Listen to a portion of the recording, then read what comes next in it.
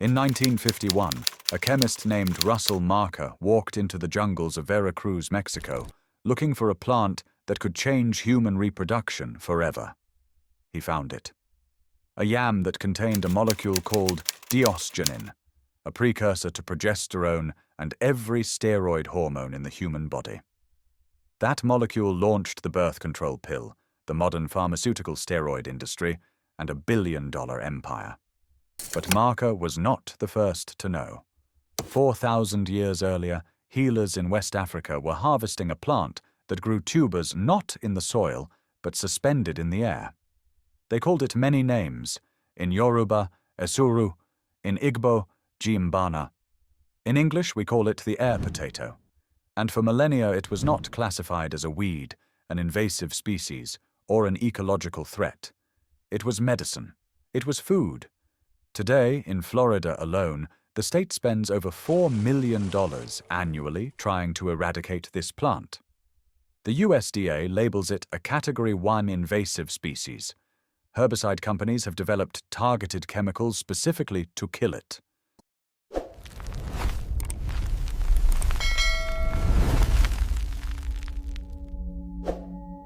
Archaeological evidence from West Africa shows wild yams were harvested around 50,000 BCE, long before agriculture, long before wheat or rice. Early human populations in the Niger River basin consumed Dioscorea species as primary sustenance. By 11,000 BCE, communities along the Niger River began deliberate cultivation. Not just gathering, planting, selecting, propagating. Dioscorea bulbifera was independently domesticated in both Africa and Asia. The African varieties, the Asian varieties, separate lineages, separate selection. Thousands of years of breeding to reduce bitter alkaloids in wild types, to increase tuber size, and to enhance diosgenin content. By 5000 BCE, yam cultivation was an established practice in southeastern Nigeria among the ancestors of the Igbo people. Not just one yam species, multiple species. Dioscorea rotundata, the white yam; Dioscorea cayennensis, the yellow yam; and Dioscorea bulbifera, the air potato. The first written record of Dioscorea bulbifera appears in the Tang Bengtao, the earliest known Chinese pharmacopoeia, compiled between 657 and 659 CE. Chinese physicians called it a warming herb. They prescribed it for respiratory obstructions, chronic coughs, and bronchitis. In West Africa, Dioscorea bulbifera became a famine reserve crop. When other food sources failed, drought, warfare, crop disease, communities harvested the air potatoes. The tubers store well. They last. They sustain populations through crisis. This was not a weed. This was survival architecture. Then something changed. In 1905, Dioscorea bulbifera reached Florida. The USDA sent a sample as an ornamental plant to botanical gardens. An ornamental, a decorative vine, something pretty. Within decades, it escaped cultivation. By the 1970s, it was everywhere, climbing native trees, covering forests, spreading through leaf litter. Each bulbil, dropped from vines 60 feet high, sprouted new plants, exponential reproduction, biological invasion. In 2008, the Florida Exotic Pest Plant Council published an air potato management plan. The title, Recommendations from the Air Potato Task Force. A task force to eliminate a plant. The language shifted. Agencies stopped calling it a crop. They called it a weed. Invasive, noxious, aggressive, destructive. The state introduced Liliotceris cheney, a Chinese leaf beetle, in 2012 as a biological control. Beetles that eat air potato leaves, beetles that defoliate the vines.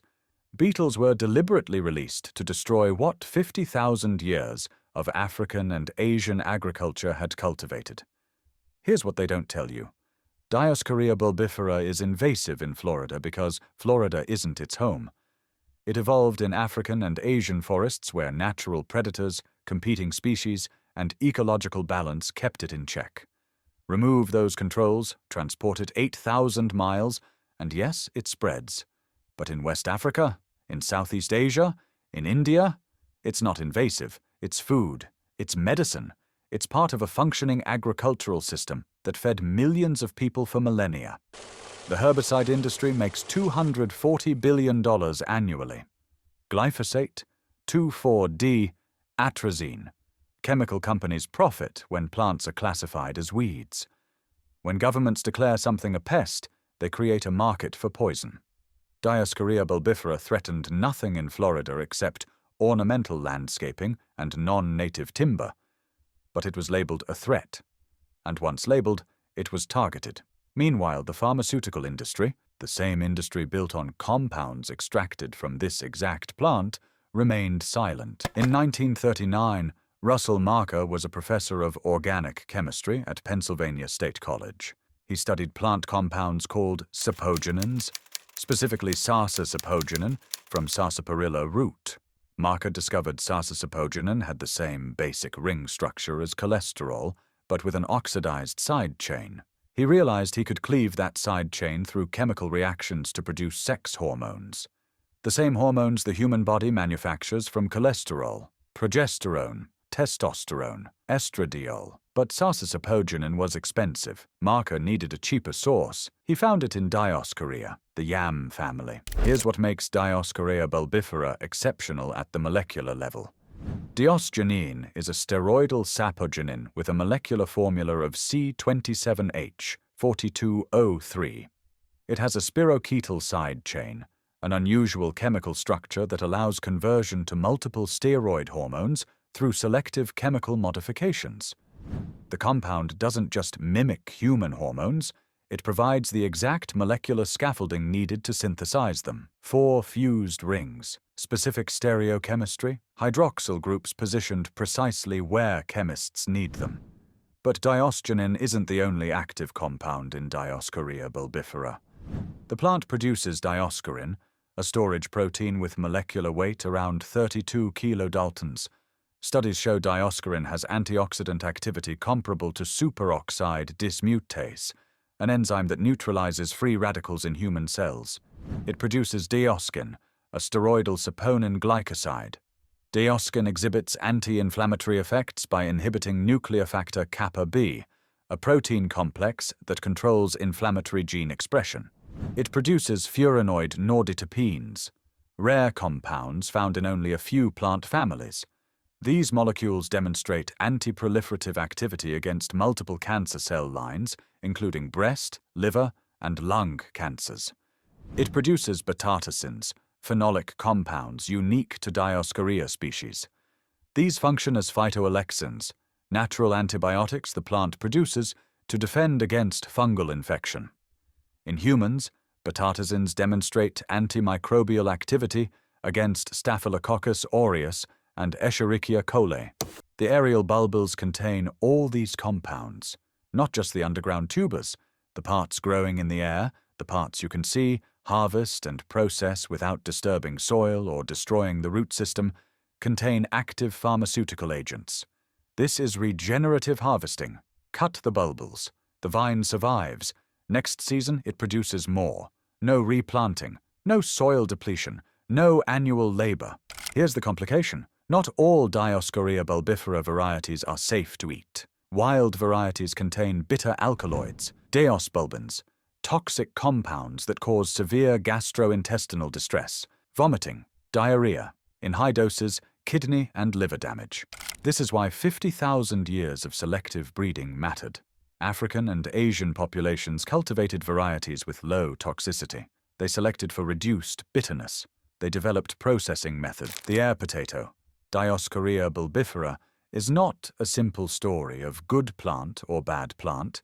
It's a chronicle of how we categorize, value, and ultimately erase knowledge. For 50,000 years, African populations understood this plant's potential. They selected varieties, they developed processing techniques, they integrated it into agricultural systems that sustained civilizations. For 3,000 years, Asian medical traditions documented its therapeutic applications. They recorded dosages, they described preparations, They understood which conditions responded to treatment. And then we labeled the plant a weed. This pattern repeats throughout agricultural history. Amaranth, dandelion, purslane, lamb's quarters, plants once cultivated, once valued, now sprayed, eradicated, erased. The suppression isn't malicious, it's systematic.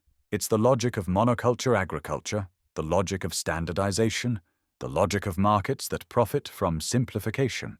Most people walking past it have no idea that the small potatoes hanging from its vines contain the molecular foundation of modern endocrinology. And that might be the greatest loss of all, not the plant itself, but the capacity to recognize what it represents. If something here opened a vault in your mind, subscribe.